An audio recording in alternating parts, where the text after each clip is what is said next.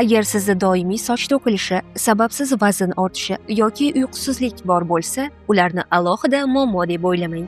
Ko'pincha bularning barchasi ortida bitta umumiy sabab yashiringan. Bu sizning gormonal muvozanatingizdir. Ko'pchilik yillar davomida bu sababni bilmay yashaydi. Turli xil dorilar, parhezlar va kremlarga vaqt sarflaydi, ammo natija bo'lmaydi. Nega? Chunki gormon so'zini eshitganda xayolimizga faqat asabiylashish keladi. Aslida gormonlar nima? Bular qoningizda harakatlanuvchi buyruq beruvchilardir. Ular hujayralarga qachon energiya sarflashni va qachon yig'ishni aytib turadi.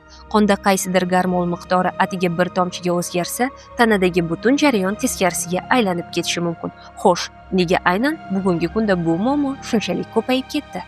Gormonal tizim tibbiyotda endokrin tizim deb ataladi. U organizmda uzluksiz qayta aloqa asosida ishlaydi. Jarayon juda oddiy. Miyangiz qondagi holatni tekshiradi va bezlarga buyruq beradi. Bez o'z gormonini qonga chiqaradi. Muvozanat tiklangach, miya buni sezib ishlab chiqarishni to'xtatadi. Lekin hozirgi zamonaviy hayotimizda bu uzluksiz aloqa doim buziladi.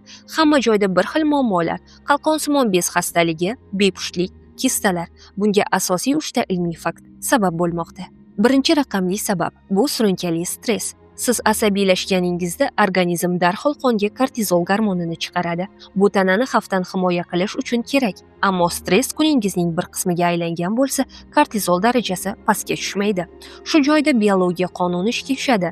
Tana hamma energiyani faqat omon qolish uchun sarflaydi. Organizm uchun ikkinchi darajali bo'lgan gormonlar, ayollardagi estrogen va erkaklardagi testosteron ishlab chiqarish deyarli to'xtaydi. Siz xohlagancha qimmat vitamin iching, qonda kortizol baland ekan, jinsiy gormonlar o'z o'rniga kelmaydi, ularga joy qolmaydi. Ikkinchi katta sabab doimiy yuqori insulin. Shirinlik yoki uglevod yeganingizda qondagi shakarni tushirish uchun tana katta miqdorda insulin ajratadi. Insulin faqat shakarni nazorat qilmaydi, u butun gormonal foningizni o'zgartira oladi.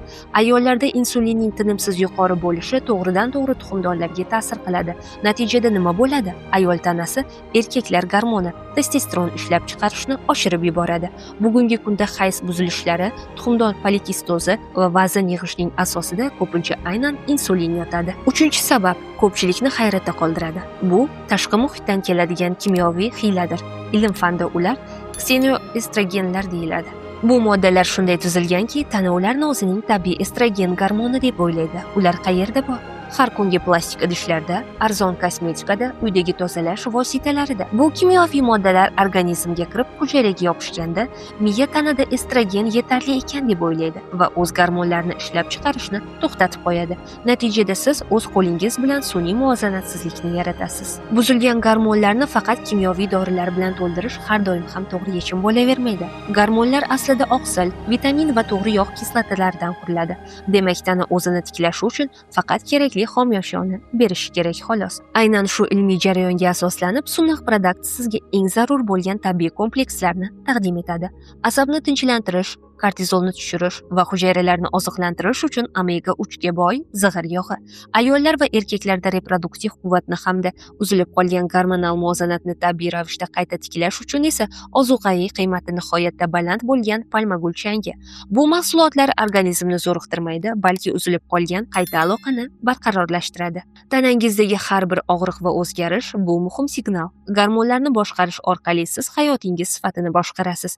Agar siz o'z salomatligingizdagi muammolarning asl sababini to'liq tushunmoqchi va tanangizni asramoqchi bo'lsangiz, keyingi videomizni o'tkazib yubormang. Kanalga obuna bo'lishni unutmang.